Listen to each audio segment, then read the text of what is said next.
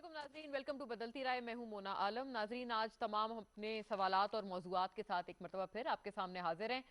नाजरीन, आज सबसे पहले बात कर लेते हैं ज़रूरत की। ज़रूरत से कोई इनकार नहीं है, चाहे वो अपोजिशन हो, हुकूमत हो, हर तरफ से ये एक्नॉलेजमेंट, या आम जो हमारी सिविल सोसाइटी है, हर तरफ से ये एक्नॉलेजमेंट यकीनन पाई जाती है कि इस वक्त जो सिस्टम है या जो इस वक्त मौजूदा निज़ाम है उसमें इस्लाहात की बेपनाह गुंजाइश है। उन इस्लाहात के लिए क्या चीजें दरकार हैं और रास्ते में जो रुकावटें हैं वो क्या क्या हैं जिनको आइडेंटिफाई करना होगा। सबसे पहले सवाल देख लें, फिर इसके बाद इस पर मजीद बात कर रहे थे।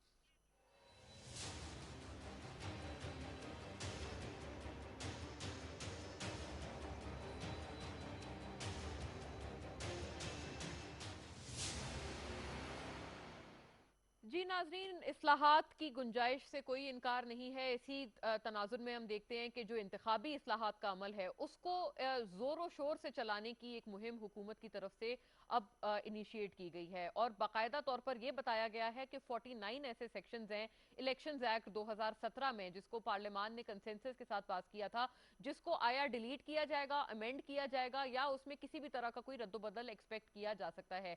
इसमें इलेक्ट्रॉनिक वोटिंग मशीन्स का भी जिक्र है और दीगर भी बहुत सारे नए हल्के बंदियों का भी जिक्र है, क्योंकि नया सेंसस भी होने जा रहा है। उसके हवाले से नई डिलिमिटेशन, नई हल्का बंदियां ये भी तश्कील दी जाएंगी, वगैरह वगैरह, ये तमाम चीजें। और जो एक्सपैट्स हैं, यानी कि जो बैरून मुल्क मुकीम पाकिस्तानी हैं, उनको भी अपनी जो राइट टू वोट है वो उसको एक्सरसाइज करने का भी मौका इन तमाम तरामीम के तहत दिए जाने का इरादा है।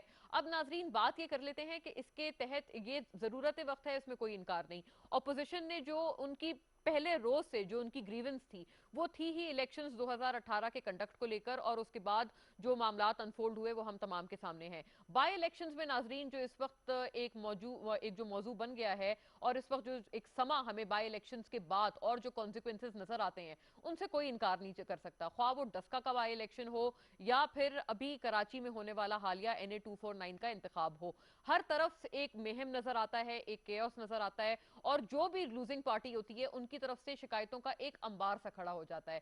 तो क्या वजह है कि ये अभी तक मामला हल नहीं हो पाया है और बार बार इलेक्शन कमीशन ऑफ पाकिस्तान को रुजू किया जाता है, बार बार इदारों के हवाले से बात की जाती है, चाहे इलेक्शन कमीशन हो या फिर जो हमारी इस्टेब्लिशमेंट है वो हो, उनके हवाले से बात की जाती है। लेकिन नाजरीन, वंस एंड फॉर ऑल अगर इनका सोल्यूशन करना है तो इन्हीं तमाम स्टेक होल्डर्स को, बिलखुसूस जो ये हमारी सियासी जमातें हैं जिनका काम है इलेक्शन लड़ना और जो डायरेक्टली इसमें मेन स्टेक होल्डर हैं या सबसे बड़े स्टेक होल्डर्स हैं, उनको चाहिए कि इस तमाम प्रोसेस के ऊपर बैठकर एक इस्लाहात के हवाले से एक पेज पर आ जाएं, क्योंकि ये तमाम के मफाद में होगा। जो भी लूजिंग पार्टी हो या विनिंग पार्टी हो, फॉर टाइम्स टू कम ये मामला सेटल होना जरूरी है। किस तरह से सेटल किया जा रहा है, अब इसको जरा टेबल कर लेते हैं पहले सवाल के तहत।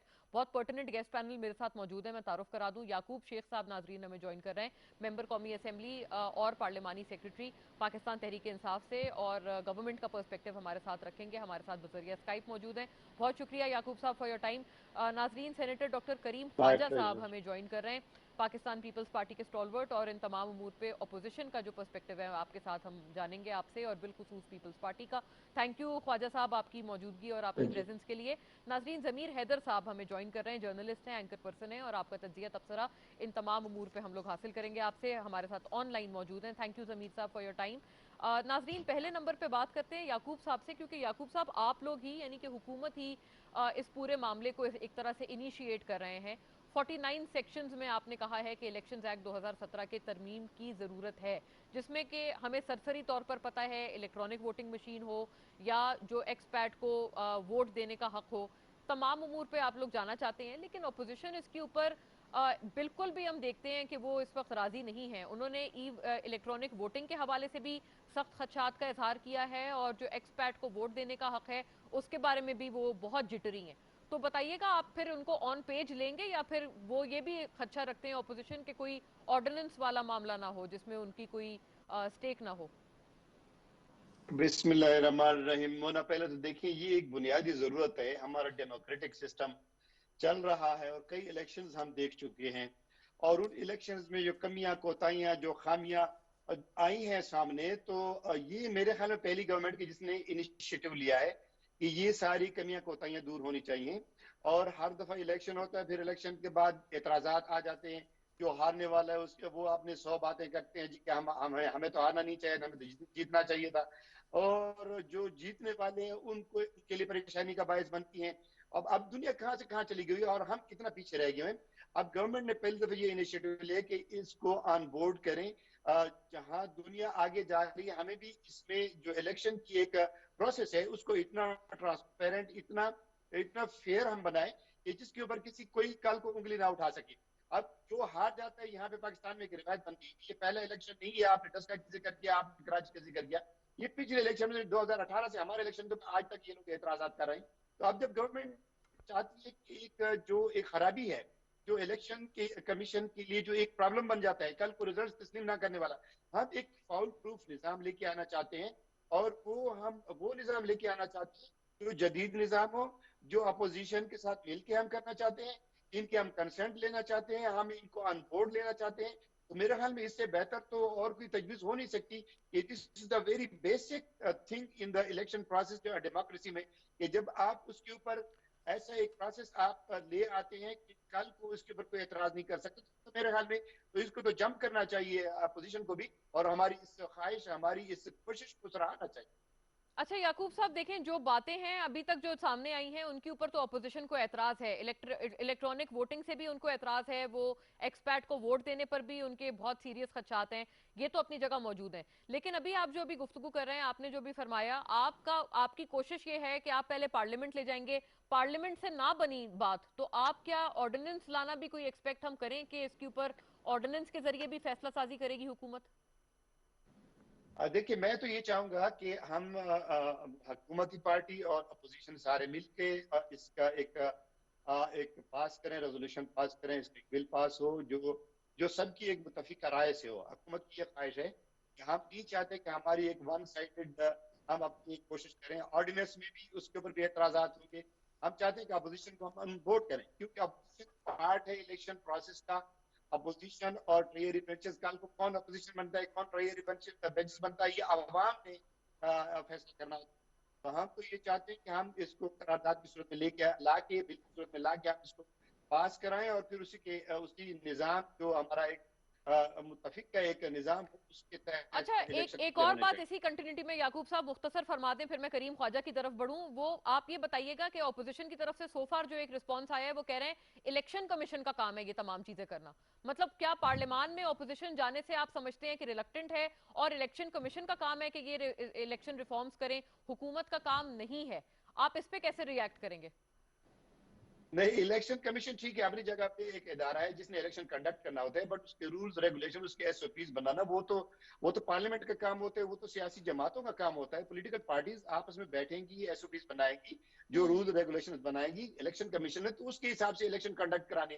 तो मेरे ख्याल में क्या बुराई है इलेक्शन, ये जो जो जो अपोजिशन है उसको तो इसके ऊपर बड़ी फराखदिली का एक मुजाहरा करना चाहिए और राइट, अपनी राइट। राय का इजहार करना चाहिए। हमें राय उनको देनी चाहिए कि आप ये चीजें जहां जहां पे खामी है, जहां पे कमी है, उसको दूर करें। और कल को एक ऐसा निजाम हम लेके आ जाए जिसके ऊपर इतराज ना हो कि इलेक्शन जब हो जाए तो फिर ये 5 साल आगे इसी मखमसे में ना रहे कि इलेक्शन लीक हो गया, इलेक्शन फेयर नहीं था, इलेक्शन हाँ, में जो है वो साइड की गई।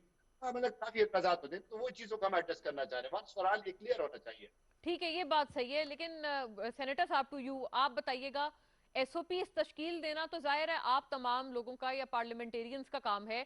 उन एसओपीज के तहत इलेक्शन कमीशन ऑफ पाकिस्तान का काम ये है कि वो कंडक्ट कराएं इलेक्शन।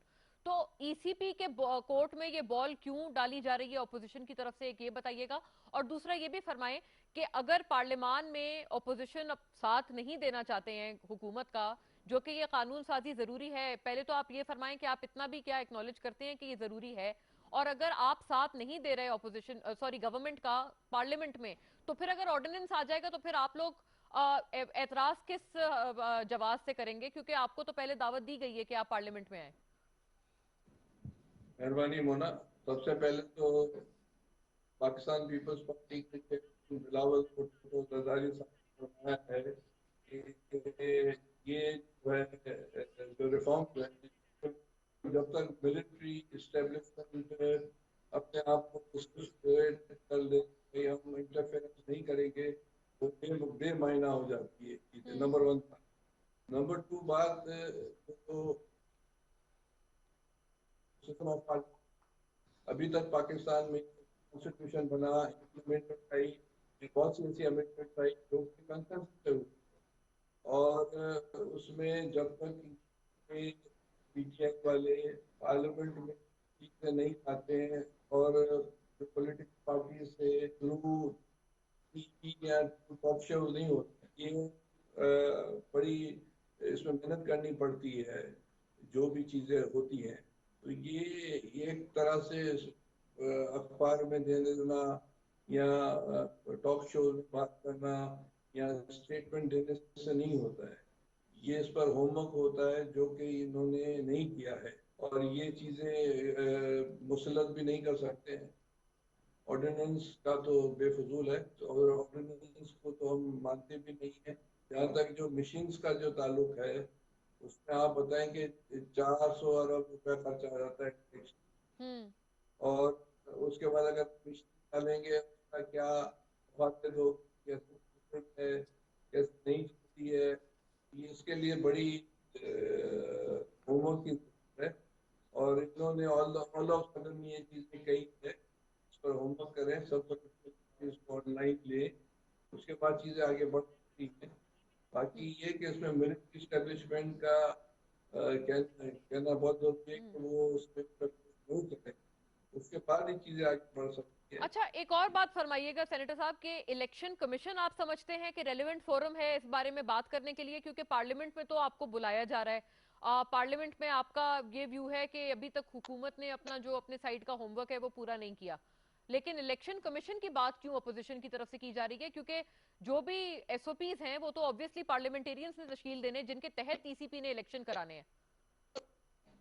देखिए, इलेक्शन कमीशन तो फाइनल बॉडी है, और हम तो चाहते हैं कि जिस तरह दुनिया के मुख्तलिफ मुल्कों में जिसमें हिंदुस्तान शामिल है, वहाँ इलेक्शन कमीशन बहुत पावरफुल है। चाहते हैं कि यहाँ भी उनको फाइनेंशियल वो चीज मिले और वो ताकतवर बने। जी जी, तो राइट। उसके बाद ताकत से तो वो सर चीज कोई होनी। इनकार नहीं, बिल्कुल खुद मुख्तार इदारा है और उसको हर तरह की पावर या ऑटोनॉमी देनी चाहिए जो कि उसका हक है, लेकिन एसओपीज के बारे में फरमाइएगा सर। ये जो इलेक्शन इस्लाहात हैं, ये करना इलेक्शन कमीशन का काम है या पार्लियामेंट का? देखिए, एसओपीज या जो इसमें रिफॉर्म्स आते हैं या अमेंडमेंट होती है, वो तो पार्लियामेंट का काम है। जी जी, और exactly, this is election what I am saying के जी। भी कुछ रेगुलेशंस बनते हैं, वो इलेक्शन कमीशन का काम होता है। तो ये जब तक चीजों को होमवर्क इन्होंने नहीं किया प्रॉपर, हुकूमत ने रातों रात ये उठे हैं और ये कहते हैं कि ये हम लेकर आए, जिस तरह के फारूक नसीम नसीम जो विजर्ड है वो चीजें लेकर आता है, और वो सब चीजें जो है अब तक जो उन्होंने केसेस किए या जो अमेंडमेंट्स लेकर आए वो सब बैकफायर हुए हैं। तो ये रातों रात उठते हैं और ये कहते हैं कि ये चीज हम लेकर आए, फिर बैकफायर हो ठीक जाता है, है, इस कोई जल्दबाजी और पे गोया ये कि वो आपको भी बैकफायर अभाम हो है। जाता है। ठीक है, जल्दबाजी हुकूमत ने की है, इस वजह से आप कह रहे हैं। जमीर साहब, टू यू, ईसीपी का काम है, पार्लियामेंट का काम है इस मामले पे, इलेक्शन इस्लाहात पे बहस करना, आपके व्यू में किसका काम है? और साथ साथ ये कि ये जो जल्दबाजी हुई है जिसका तस्करा भी सेनेटर करीम ख्वाजा कर रहे हैं, उनका ख्याल है कि ये अचानक से जो एक चीज या प्रपोजल हुकूमत की तरफ से दी जा रही है, इसकी वजह से वो इसको शक की निगाह से देख रहे हैं। बहुत बहुत शुक्रिया मोना। एक तो माजरत से मैं आपके किसी भी पार्टिसिपेंट की आवाज नहीं सुन सका हूँ, कुछ टेक्निकल इशू होगा, जी, और I will get that corrected. जी जी, यही एक टेक्निकल इशू कल सेनेटर अफनानुल्लाह साहब ने मेरे प्रोग्राम में जिक्र किया। उन्होंने कहा कि दुनिया भर में जहाँ पे भी इलेक्ट्रॉनिक वोटिंग है वहाँ पे उस पर जो है बहुत से सवालात उठाए जा रहे हैं, और अपने आपको याद होगा डोनाल्ड ट्रंप का इलेक्शन जिसमें उससे वो जो उन्होंने साइबर अटैक करके रशिया के ऊपर जो ब्लेम किया, और वो जो फिर बहुत देर तक इन्वेस्टिगेशन चलती रही। तो एक तो ये एक एस्पेक्ट है जो कि वो, क्योंकि खुद भी वो आईटी के एक्सपर्ट हैं, आईटी में उनकी डिग्रीज हैं, और वो साइबर सिक्योरिटी के हवाले से ही उनकी मास्टर्स है, और उन्होंने इस चीज का खदशे का इजहार किया था। एक चीज।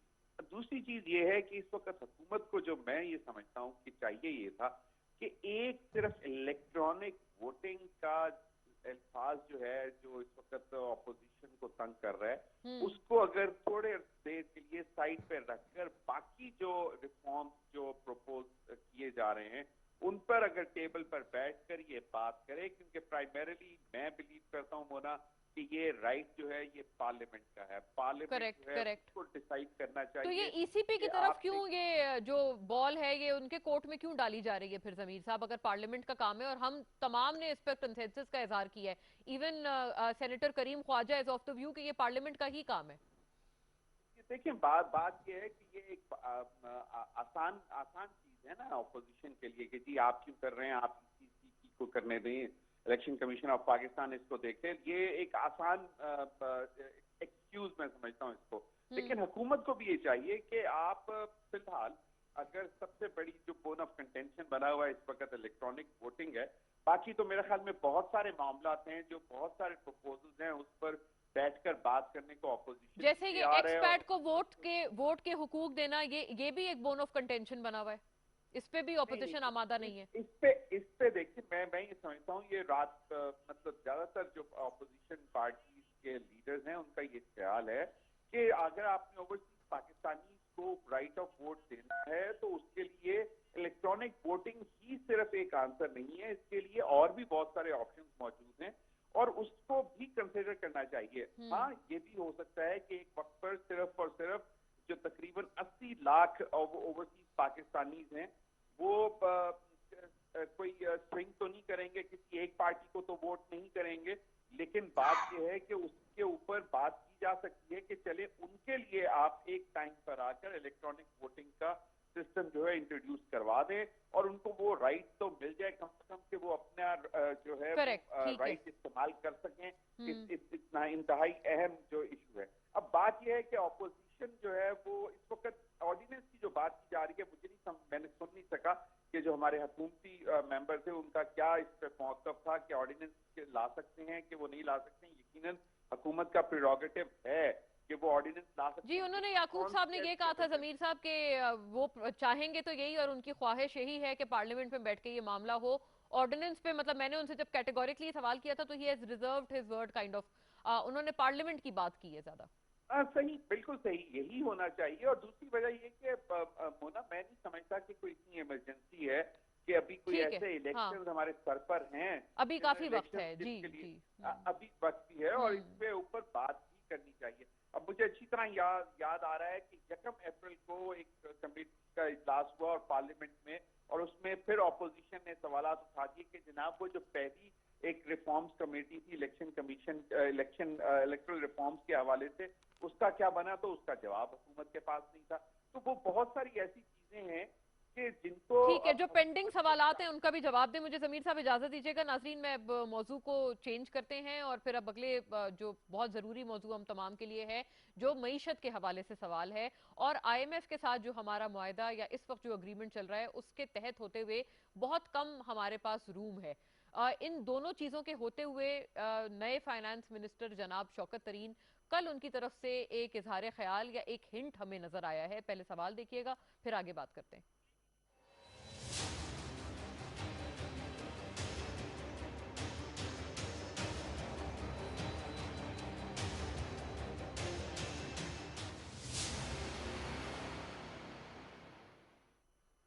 नाजरीन, कौमी असम्बली कायमा कमेटी बराए फाइनेंस में जब जनाब शौकत तरीन वजीर ख़जाना जब आए और फिर उन्होंने ये तमाम कुछ सवालात और उनके हवाले से या जो पूरे एक स्ट्रेटजी के हवाले से जो बात की जा रही है उन्होंने उस पर बात की, इजहार ख्याल किया। तो एक इकोनॉमी के या मीशत के एतबार से उन्होंने कहा कि इस वक्त बिल्कुल सूरत हाल काफ़ी ब्लीक है और उन्होंने ये भी एक इशारतन बात की कि IMF के साथ दोबारा जो पूरा मुआहदा है या जो कंडीशंस हैं, शराइत हैं, उनके हवाले से रीनेगोशिएशन की ज़रूरत है। नाजरीन, मोर और लेस ये वही बात है जो कि अपोजिशन भी काफ़ी अरसा दराज से करते आ रहे हैं कि इस वक्त का जो IMF का मुआहदा है, हम मजीद सख्त शराइत अपनी मईशत पर बर्दाश्त नहीं कर सकते। इस वक्त जो अवाम है वो भी किसी तरह से ये बर्दाश्त नहीं कर सकते कि उनके ऊपर महंगाई का बोझ मजीद बढ़ जाए। तो लिहाजा IMF से बात करने की जरूरत है कि हुकूमत इस पेंडेमिक के वक्त में भी और मौजूदा मुआशी हालात में भी जो कुछ अपने तौर पर कर सकती है इन्फ्लेशन को कम करने के लिए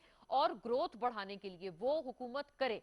तो लिहाजा नाजरीन, अगर IMF को से बात करने की या रीनेगोशिएशंस की बात वजीर खजाना की तरफ से हिंट की गई गई है। और बिलखुसूस जो बात करें तो वो बिजली के निर्खों के हवाले से की गई है, जहां पर हम इससे पहले सुन रहे थे, हमने मुतअद्दिद इसके ऊपर यही प्रोग्राम्स भी मैंने किए आपके साथ, कि 5 रुपए पर यूनिट तक का इजाफा मुतवक्के था कि आईएमएफ की जो शर्तें थी अगर उनको मान लिया जाता। गोया ये कि जो एसएपीएम हैं इस हवाले से ताबिश गौहर साहब, उन्होंने बताया ये कि वजीर आजम इमरान खान ने मना किया है कि इस वक्त मजीद कोई इजाफा बिजली के निर्खों में ना किया जाए। यकीनन इन मौजूदा हालात में 5 रुपए पर यूनिट का इजाफा बहुत भारी इजाफा है, तो इसको रीनेगोशिएट करना क्या जरूरत वक्त है, और इसके ऊपर कितना हम समझें कि तमाम जो स्टेक होल्डर्स हैं वो ऑन बोर्ड हैं। सेनेटर साहब, टू यू फर्स्ट, इसका पहले आप जवाब फरमाइएगा। रीनेगोशिएशन की बात हो रही है आईएमएफ के साथ, उनको आमादा करने की कोशिश की जाएगी, अब ऐसा हिंट किया गया है, is that the right thing to do sir? देखें, ये शौकत अजीज हो, शौकत तरीक हो, हफीज शेख हो, वगैरह वगैरह, सब जो है इंटरनेशनल एस्टेब्लिशमेंट के लोग हैं, और ये पाकिस्तान के में से यही 72 ईयर चला रहे हैं। यहाँ तक ये दोनों आपके भी सर वज़राए खजाना थे।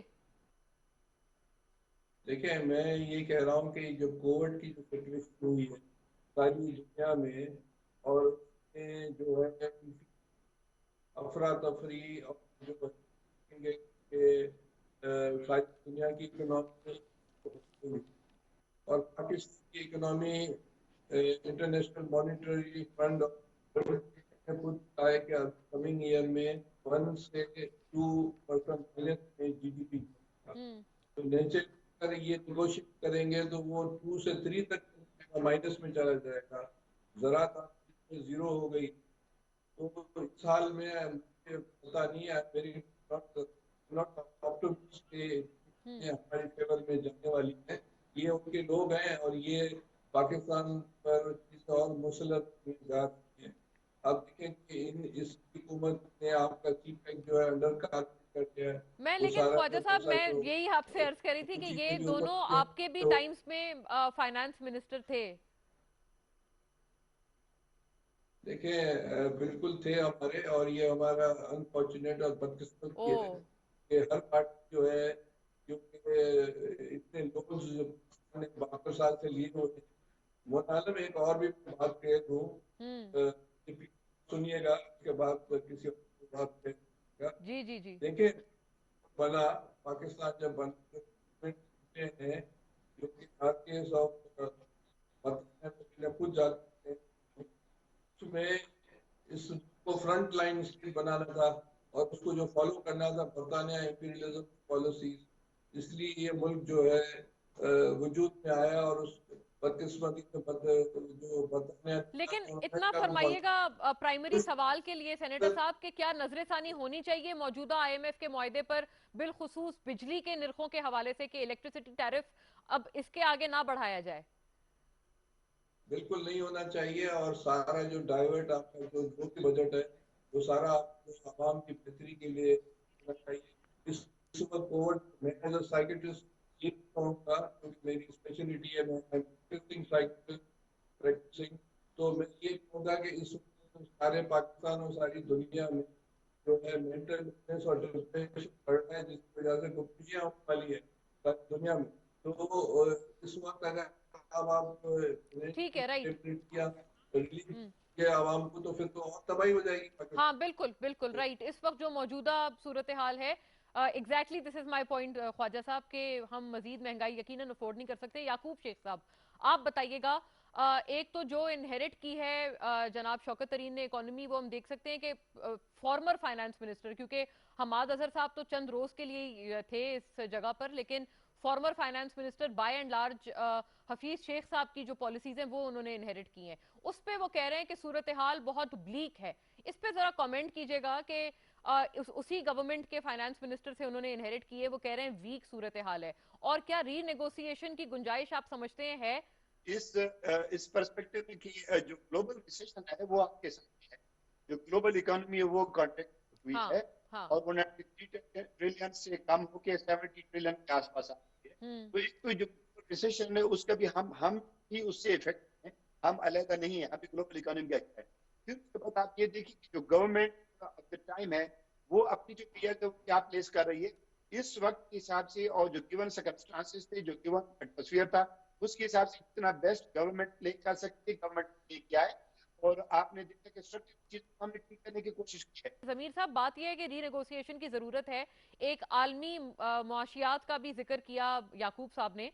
तो ये बताइएगा कि आलमी मुआशियात में अगर मंदी है या फिर पूरी ग्लोबल इकोनॉमी में रिसेशन है इस वक्त, तो फिर तो जो ये बैनुल अक़वामी इस किस्म के इदारे हैं उनकी और मजीद रिस्पॉन्सिबिलिटी बढ़ जाती है कि जो कर सकते हैं करें ऐसे ममालिक के लिए, खासतौर पर हम जैसों के लिए जो कि डेट रिडन है। वो ना आप मेरे से ज्यादा बेहतर जानती हैं, आपने बहुत अच्छा इकोनॉमी के ऊपर पीटीवी पर ही हजारों प्रोग्राम किए हैं। अब मुझे एक बात बता दें कि आपको भी मालूम है कि इस वक्त सर्कुलर डेट की क्या पोजीशन है। मैं कहीं देख रहा था कि कहीं पे एक फिगर आई थी 2.5 ट्रिलियन है इस वक्त। तो ये एक देखें, इंटरनेशनल इदारों के ऊपर तो आप सवाल उठा सकते हैं कि उनको ख्याल करना चाहिए आपका, लेकिन बहुत सारे सवालात ये हैं कि आपने इन हाउस जो है अपने उसके ऊपर रिफॉर्म क्या किए, इन हाउस चीजें किस तरह मैनेज की हैं।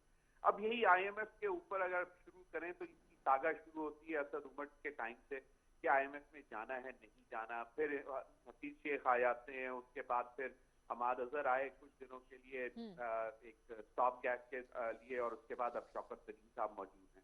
बात यह है कि हुकूमत की कंसिस्टेंसी नजर नहीं आती। अगर आज शौकत तरीन साहब ये सवालात उठा रहे हैं तो शौकत तरीन साहब तो इकोनॉमिक एडवाइजरी बोर्ड पर पूरा अरसा रहे हैं जब से ये इकोनॉमिक एडवाइजरी बोर्ड बनी थी, और prime minister of and on मिलते रहे हैं। तो उस वक्त वो क्या सजेशंस देते रहे जिस पर अमल नहीं हुआ तो उनको भी बताना चाहिए।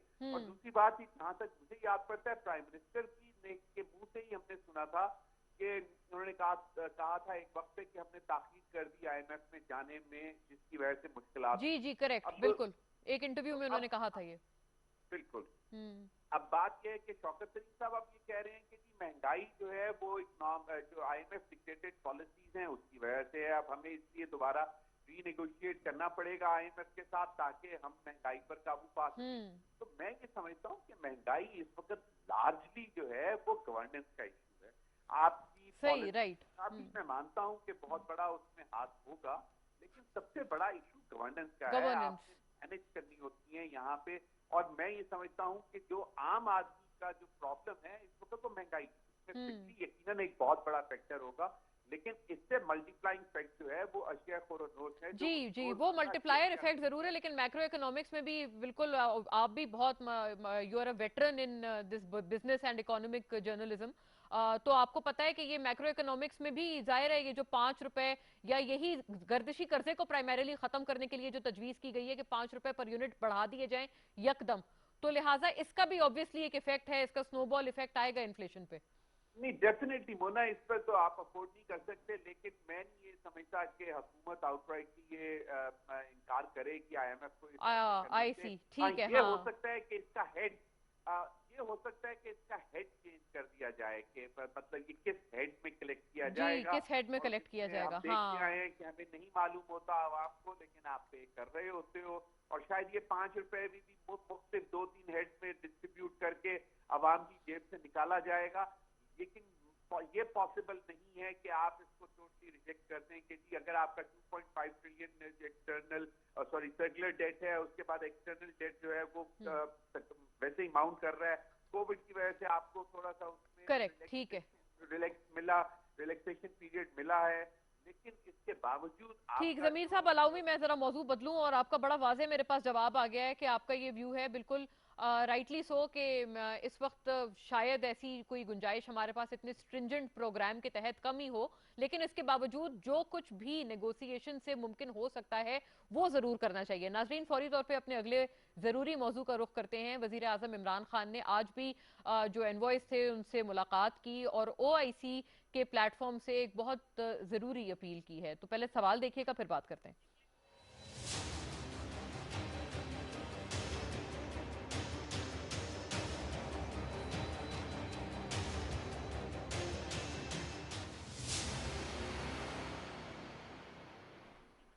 नाजरीन, मौजूदा सूरत हाल में एक दो धारी तलवार तस्वुर किया जाए, क्योंकि एक तरफ यूरोपियन यूनियन की रेजोल्यूशन है और जीएसपी प्लस स्टेटस को रिव्यू करने की बात है। कल मैंने प्रोग्राम में तफसीली तौर पे आप तमाम के साथ इसके हवाले से हमने बात की है, लेकिन उसी की कंटिन्यूटी में अब मजीद बात करते हुए, क्योंकि एक तरफ ये रेजोल्यूशन है, इसके अंदर यकीनन कुछ वाजिब और कुछ बड़ी लेजिट किस्म की चीजें हैं जो कि हुकूमत ने अपने एंड पे या पाकिस्तान ने, स्टेट ऑफ पाकिस्तान ने अपने एंड पे दुरुस्त करनी है। लेकिन इसके अलावा नाजरीन, जो नामूस रिसालत के मामलात हैं, तौहीन रिसालत के मामलात हैं और ये जो ब्लास्फेमस कंटेंट्स के बार बार इशूज जो हैं वो वेस्ट में आ जाते हैं, जिसका एक बहुत अजीब सा बैकलैश, बहुत अजीब सा रिबटल पाकिस्तान को उठाना पड़ता है, बावजूद इसके कि पाकिस्तान ने या पाकिस्तान की अवाम ने कुछ भी नहीं किया होता टू बेयर सच सर्कमस्टांसेस।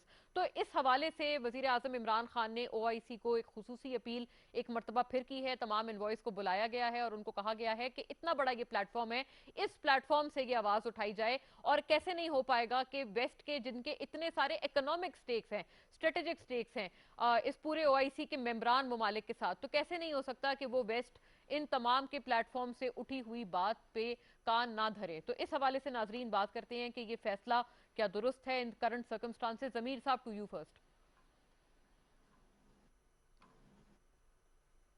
जमीर साहब। मोना आपने जी। मोना, आप मुझसे पूछ रही? जी जी, टू यू। अब मोना देखिए, बात बड़ी सिंपल सी है। हमारी अपनी गलतियां बहुत सारी रही हैं जिनको हमें तस्लीम करना चाहिए। बहुत सारी ऐसी जमातें जिनको आज आप कलअदम करार दे रहे हैं, हमने इनको खुद नर्चर किया होगा, जिसकी वजह से मुश्किलात बनी। और अब जो यूरोपियन यूनियन में हुआ, जो जीएसपी स्टेटस आपका खत्म करने की बात की गई और हैवी वोट से उसको मंजूर किया गया, उसकी वजह सिर्फ यही थी कि जो पाकिस्तान में हुआ पिछले कोई दो हफ्ते पहले, वो सारी दुनिया देख रही थी। और उसमें हम यकीनन अब बहुत सारे सवालात हैं, लेकिन हम सब कुछ जो है ब्लेम यूरोप पे या वेस्टर्न वर्ल्ड पे नहीं डाल सकते। इमरान खान साहब का आइडिया बहुत जेन्युइन है और बहुत ही ऑनेस्ट आइडिया है उनका। और मैं ये समझता हूँ कि ओआईसी के प्लेटफॉर्म से तमाम इस्लामिक दुनिया को इस बात पर जोर देना होगा कि ये कोई इंडिविजुअल्स के एक्शन हो सकते हैं, इंडिविजुअल पार्टीज के एक्शन हो सकते हैं, लेकिन ये किसी भी इस्लामिक स्टेट का ये स्टेटेड पोजीशन नहीं है कि वो जो है इस्लामोफोबिया या एक्सट्रीमिस्ट लाइन जो है वो इख्तियार कर सकते हैं। और जिसकी वजह से मैं समझता हूँ कि एक बेहतर वर्किंग रिलेशनशिप जो है वो कायम हो सकता है between the Islamic world and the West. और इमरान खान साहब की हमेशा से कोशिश रही है, if I remember correctly, on the UN के फोरम पे भी प्राइम मिनिस्टर इमरान खान साहब ने यही इसी बात पर जोर दिया था कि आप वेस्ट जो है इस्लामिक वर्ल्ड को जज करना छोड़ दें, और अगर आप जज करेंगे तो उससे फिर नुकसानात होंगे। और दूसरा ये कि एक आउटराइटली आप एक लेबल कर देंगे ये कि मुसलमान जो हैं वो एक्सट्रीमिस्ट हैं, हाँ, और वो इस्लाम जो वो तो टेररिस्ट हैं, तो फिर उसके बाद फिर आप उस बात को भी नेगोशिएट भी नहीं कर सकते वेस्ट के साथ बैठ के, क्योंकि अगर उनकी इतनी हार्ड लाइन होगी तो ज्यादा मुश्किलात पैदा होंगी। और इमरान खान साहब हैज राइटली पॉइंटेड आउट कि आपका इतना बड़ा स्टेक है इस्लामिक वर्ल्ड का वेस्ट के साथ, ट्रेड है, ट्रेड के अलावा फिर आर्म्स की डील्स हैं जिसमें बहुत बड़ा बिल्कुल आर्म्स डील एज वेल। जी जी, मुमकिन नहीं है कि बात पे कान ना धरे जाएं। करीम ख्वाजा साहब, टू यू, आप बताइएगा। पाकिस्तान ने अपने तौर पर भी कुछ जेन्युइन जो खदशात हैं उनको बिल्कुल हल करना है, लेकिन साथ साथ ओआईसी से कितनी उम्मीद रखी जाए? कि आपका क्या ख्याल है, ओआईसी क्या परस्यू करेगा वेस्ट को उसी अग्रेशन के साथ जो कि इस मामले पर गालिबन चाहिए होगा? मोना आलम, आई रिप्रेजेंटेड पाकिस्तान एक 2000 में क्रिकेट में इंटरनेशनल पार्लियामेंट्री कॉन्फ्रेंस हुई थी, जिसमें 6 एमएनए और 6 सेनेटर्स गए थे, मैं भी गया था।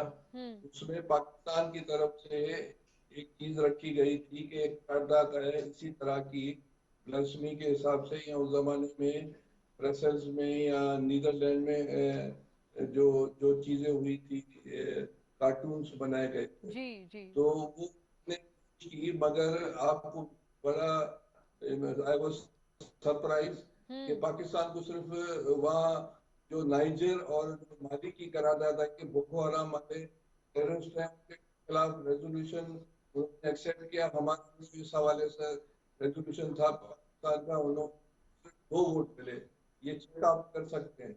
तो देखिए इस दुनिया जो चल रही है गुजरल 200 साल से, तो इनकलाब फ्रांस के बाद जो फ्रेटर्निटी, इक्वलिटी और फ्रीडम के हवाले से जो उसकी बुनियाद पर पार्लियामेंट बनी है, यूनाइटेड नेशन बना है, उसके बुनियाद पर आपका ह्यूमन राइट्स बना है। हम भी मुसलमान पाकिस्तान में ये चीज चाहते हैं। दुनिया की कुछ और पॉइंट ऑफ व्यू है, इमरान खान को दुनिया के इस पॉइंट ऑफ व्यू को देखना पड़ेगा और मुस्लिम वर्ल्ड हमें सपोर्ट नहीं करिए। 2012 में हमको ये हो चुका है क्यूबेक में, जहाँ नई बुखारी साहब लीड कर रहे थे पाकिस्तान की तरफ से सेनेट, और जिसमें 6 MNAs 6 सेनेटर्स। तो पाकिस्तान को इस तरह के रिजल्ट्स पहले भी मिले हैं। इमरान खान जो OIC से उम्मीद कर रहे हैं, मुझे उम्मीद नहीं है कि OIC इनको सपोर्ट करेगी। तो दुनिया के हिसाब से सोचना पड़ेगा और चीज़ों को मेडिवल थिंकिंग और मेडिवल जो लॉज हैं उस पर हमें देखना पड़ेगा। और दुनिया जो है और यूरोपियन यूनियन और हमारी फॉरेन पॉलिसी की वजह से हम सारी दुनिया में आइसोलेटेड हो रहे हैं, तो चीज़ों को इस कॉन्टेक्स्ट में देखना पड़ेगा। और पाकिस्तान की जो सोच, बिल्कुल हम सबकी सोच इस तरह है, तो दुनिया कुछ और सोच रही है। राइट करीम ख्वाजा साहब, बिल्कुल पॉइंट वेल मेड। नाजरीन, इस नोट पे वाइंड अप करते हैं। Thank you to all the gentleman, जनाब याकूब शेख, सेनेटर डॉक्टर करीम ख्वाजा, जमीर हैदर, तमाम ने हमारा साथ दिया था। Very grateful once again to all the gentleman. आज के लिए इतना ही नाजरीन, इंशाल्लाह कल मिलते हैं। अल्लाह हाफिज।